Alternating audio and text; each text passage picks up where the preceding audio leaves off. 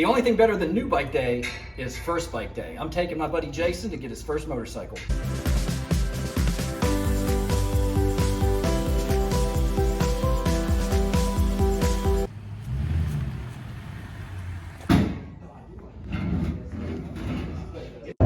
So one of the reasons I started the channel was to inspire people to ride, and it's twice as sweet when a friend of mine of, I don't know, 15 years? Long time, finally decides to ride in his, I don't know if I want to get your age there, but 40s? Early 30s. Oh, early, you aren't, are you? Yeah, okay. Early 30s, we'll go with that. I passed my midlife crisis about 2 years ago. That gives you any idea. And if you'll remember, there was a video I did where Jason rides his first motorcycle, and we took Jason 2 summers ago, to a friend of mine's place, and we rode vintage dirt bikes on the farm. And I think you had a good time. I had a great time. It was a great time. And he was hyped at the time. Things didn't progress very fast, and then all of a sudden I heard, what'd you do? You took a motorcycle class? I got my license last year. Yeah, so last year he went and got his motorcycle license, and still no motorcycle. And I do highly recommend that you go take the class if you're thinking about motorcycling. It's just a good idea. And then I didn't hear anything for a while. And then 2 weeks ago, we did the, I guess 3 weeks ago now, we did the Wyoming BDR, and I ended up posting up. You can watch the videos here. I'll put a link right there. And I think that inspired you. So for the last 2 weeks, I've heard nothing other than, what about this bike? What about this bike? What do you think about this bike? How did it consume you? Oh gosh, yeah. 2 years in the making. We're on our way to pick up a motorcycle inspired by riding some dirt bikes around 2 years ago, and then finally inspired by a Wyoming BDR trip. And I think that's what this bike's going to be used for sure. Absolutely. I mean, really, for me, it's like, I don't want to miss out on an adventure. I've been on some motorcycles over the past 20, 30 years, here and there, maybe one a year, and that's fun. But seeing the adventure you did on the BDR with our friend Chris was like, man, I don't want to miss out next time. And so this is a FOMO purchase. Fear of missing out. I'm going to talk about my recommendations, the crap I've been feeding Jason, and how I recommend buying and what I recommend to buy for a first motorcycle. And the number one thing is budget. Pick a budget and stick with it. I actually don't recommend that for your first motorcycle you finance it or you buy a really expensive motorcycle, because I promise you're going to drop it. I promise you something bad's going to happen. It just makes you feel better if you don't put yourself in a financial bind. Did you have a budget? What'd you call your money? Your budget? What was it? Oh, my ghost money. The ghost money. Oh, my ghost money. So there's a purpose for ghost money. I was aiming for $3,500 for a really, really nice bike, and then $3,000 for a 10-year-old. Okay. Yeah.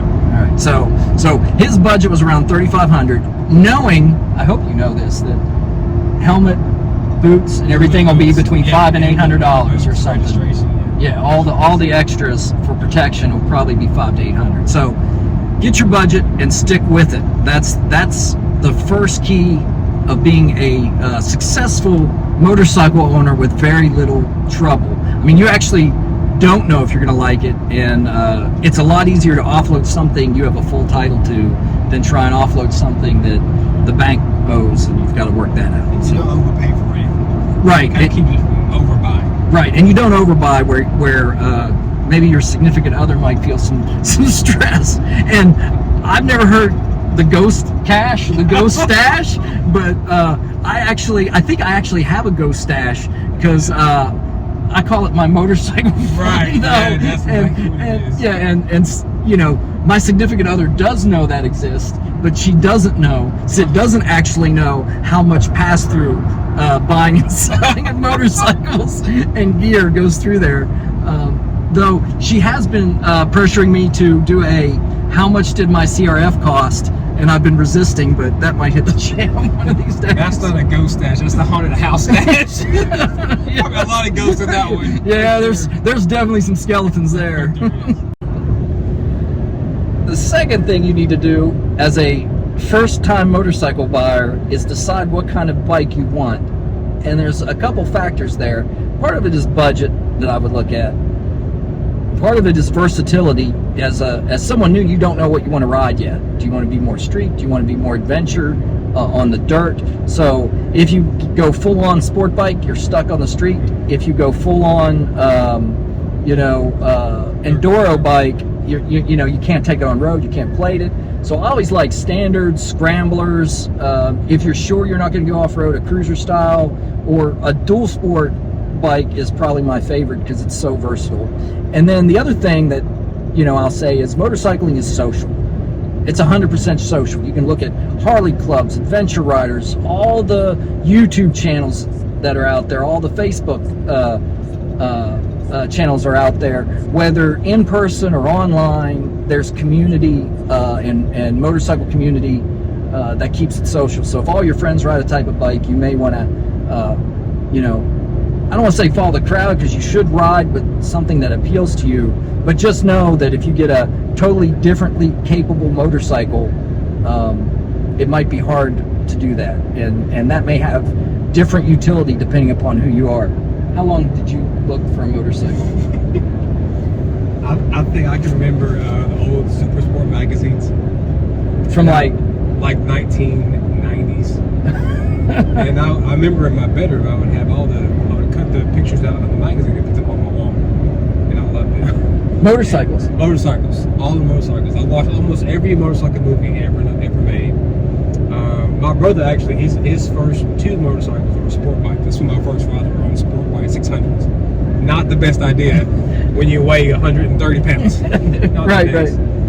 But I think you're exactly right though. I think we also ride mountain bikes together, right? We have like a group that we do a lot of stuff together. And part of that decision of what kind of bike I was going to get was like, who am I going to actually ride with? Right? And you guys ride dual sports, some of the bigger adventure bikes, bikes, stuff like that. And so for me, I'm a little bit older. I am over 40, right? And it's like, what do I want to spend my time doing? I want to go and see some things. I want to hang out with my buddies. And that's why I chose a dual sport bike. The thing is, you'll start justifying multiple bikes because, the insurance isn't that much It's more. not that bad. I've already got the tools. I don't need another Well, lift. I'm not buying a truck, so I can buy 10 motorcycles or one truck. Because I don't know. Well, that's the thing. They're not. If you buy used and you're not looking for the most brand new bike, you can have quite a few. They're not that expensive. This is a few $100s more than a bicycle, and about half the price of my lawnmower. Because my lawnmower is expensive. The third thing you may not think of when you're buying your exciting new bike is you want to buy one where you have a way to get it serviced. Whether it's at the dealership, which costs more money, or it's a more simple bike that you can handle any maintenance yourself. In your friend's garage. What's your maintenance plan? I'm going to your garage. Chris's garage, my garage. He's gonna pay in beer, and that's the plan. It's the budget plan. But you want to make sure you have a plan for that on whatever bike you buy. And then 4, I would highly recommend your first bike as a beginning rider be used. And I'm gonna say you can get good used bikes fairly cheap. They have low miles. The owner's probably gotten bored with them, and if you clean them up a little bit, do the normal maintenance, you're going to end up with a really good bike at a fraction of what you'd buy a new one for.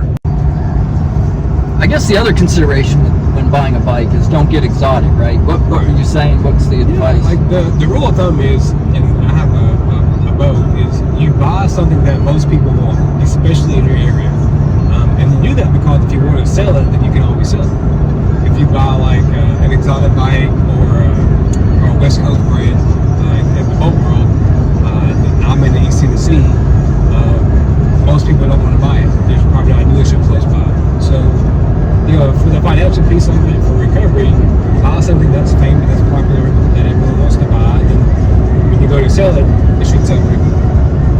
Now, when I get my Street Glide next year, Oh, and my truck Taylor, shit. don't worry about that. Totally different. Yeah, shit. Yeah, It that's is a gateway. If you look at Chris's and my garages, there are always more than one motorcycle in there, 100%. So the first one's the hardest to get into. After that, they just follow you home, man. Yeah, they're like puppies. You all of a sudden you'll be like, I've got. So you better be working on that ghost dash. Oh, yeah, when I say, tell them, why do you call it a ghost dash? Yeah. Boo, surprise, I bought something. It's a ghost dash. My next part now that I'm almost about to buy a motorcycle, I've now become your motorcycling source of Tennessee. Trust me, I know all of it now. We did all this talking and really didn't say what he was going to buy, but I bet you can gather it's probably a dual sport. There you go, a Honda CRF250L, a great bike to be your first bike, and an excellent bike to do some small camping trips on, or even a BDR. All right, Buy a bike. you bought step 1, buy a bike. Step 2, practice. Step 3, accumulate vacation days. Step 4, BDR California. There you go. That's exactly It's what so he simple. said. It's so easy. Sorry. You just dropped a bunch of ghost money. Any remorse? Okay. I don't remember seeing it. Hey, he didn't even know he had that money. Well, I knew I had it. No, I mean it's like buying a bicycle. Honestly. Yeah. It's very. I feel Yeah, let's see. Oh, there it is. Oh, it's leaning a little bit. I just thought- Don't pay attention to the Don't lean. pay att- You know, we all got a little swag. Look, gangsta lean.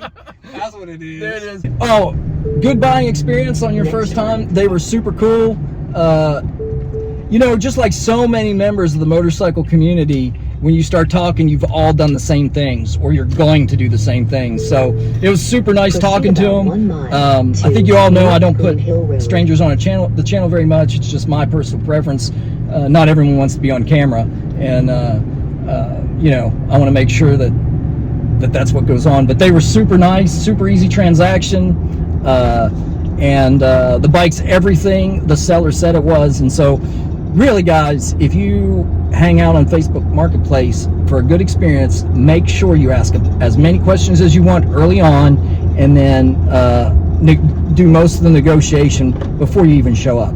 And that way it should just be confirmation of what was said, and you make the exchange, and it's super easy. And that's exactly what we did here. And I think you got a good bike. Yeah, a little common sense goes a long way. I mean, all right, when's our first garage night? Well, when you buy the right parts, That's what we're doing. Yeah. Oil, air filter, skid plate. We'll make you a list. Let's go.